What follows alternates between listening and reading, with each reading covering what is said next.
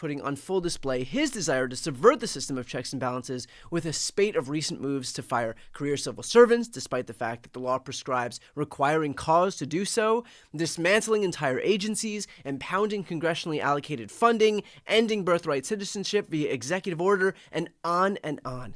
Most of these moves have already been blocked by a raft of TROs, temporary restraining orders, that have been handed down by judges. And that, of course, has led to Trump's sycophants like Elon Musk pushing the idea that any judge who doesn't bless their illegal actions should be impeached. He tweeted, for example, federal judges who repeatedly abuse their authority to obstruct the will of the people via their elected representatives should be impeached. With the irony being, of course, that the only abuse of authority here is ignoring the law in deference to Trump's corrupt edicts. But that doesn't matter to Elon, who, along with Trump, is drunk on power. But the reality is that Trump does and always has viewed himself as being above the law. He himself said that he wants to terminate the Constitution, that he wants to be a dictator on day one, and since he took office, has governed to that effect. And of course, Elon, desperate to consolidate money, power, and influence for himself, will use his platforms and his wallet to help Trump consolidate power so that he can entrench his own influence. I spoke to Congressman Jamie Raskin about this exact phenomenon. Here's what he had to say.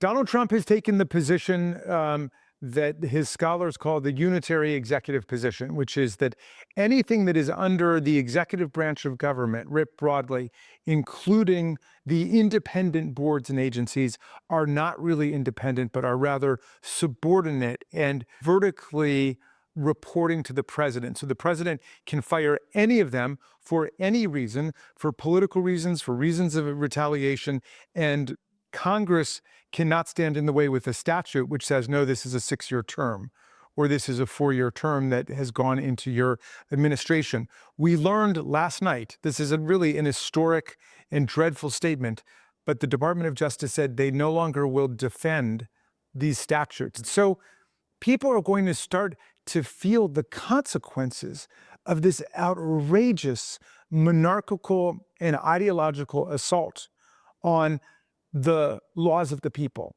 the programs of the people, right? That's what government is. In a democratic society, government is just us and the people we pay relatively low wages to go and do our work. What's the job of the president? Is it to be a king? Is it to be a monarch? Is it to do whatever he wants with the workforce? Is it to run roughshod over the laws of Congress or impound the money Congress has allocated? No, the core job of the president in Article 2 is to take care that the laws are faithfully executed. Take the laws that Congress has passed and implement them. That's the job of the president. So why do we have a civil service with air traffic controllers and at the FAA and food and drug safety experts at the FDA and research scientists at NIH and weather people at the National Weather Service? Why do we have it? To implement the laws, the programs that the Congress has adopted. And who's directing Congress? The people.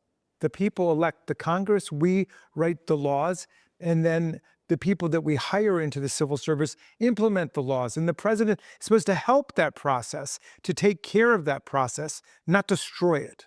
You know, in the Silicon Valley, in that network of right-wing billionaire libertarian turned authoritarians, they are very open about the fact that they think that democracy is obsolete.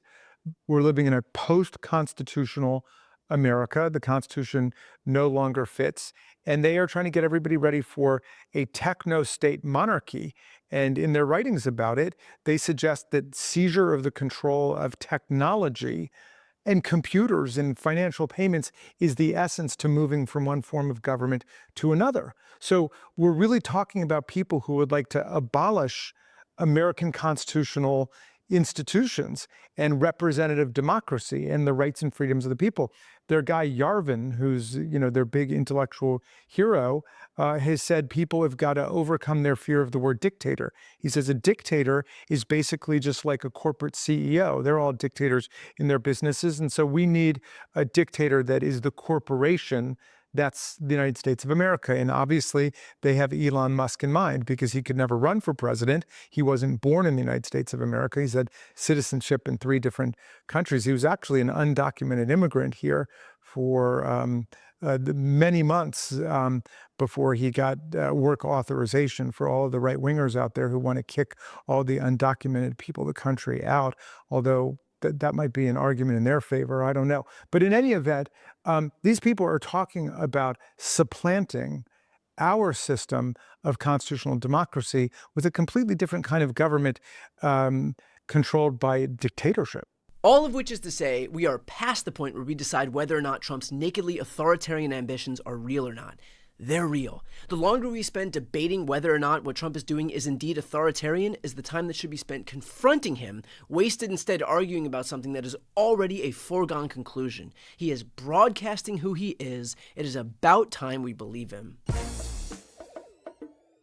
Before you go, just a quick note, if you'd like to see more of my content, which is always free of advertising, sponsorships, and paywalls, please make sure to subscribe to this channel using the subscribe button right here on the screen.